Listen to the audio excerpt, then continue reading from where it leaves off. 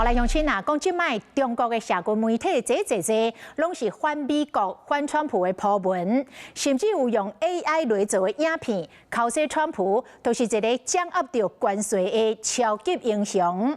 啊，美国的新闻网 CNN 报讲，川普甲习近平上紧伫美国时间初5度的通话，要来化解掉双方紧张的关系。也毋过，川普嘛哀惨，讲这个习近平真歹流力。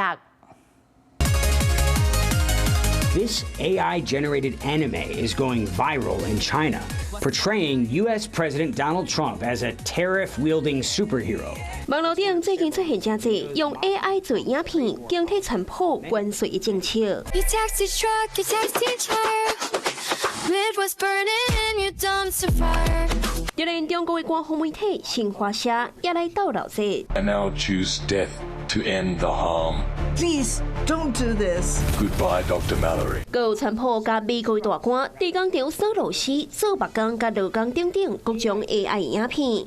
中国的社群平常时正严格咧控管内容，是讲这影片伫网络顶已经流传过6个月，拢无红禁，真明显就是咧甲川普口水。中国的态度大清的，提出数据甲美国洗边。虽然中美的贸易在摊烧，不过中国出口率有望继续增加。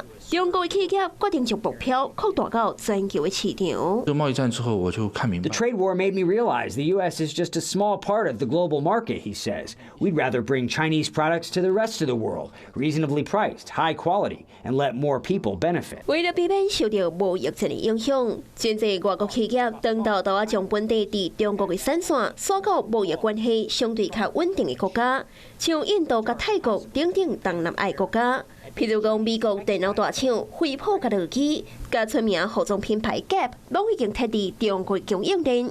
一来是要保利润，二来是要维护投资者的信心。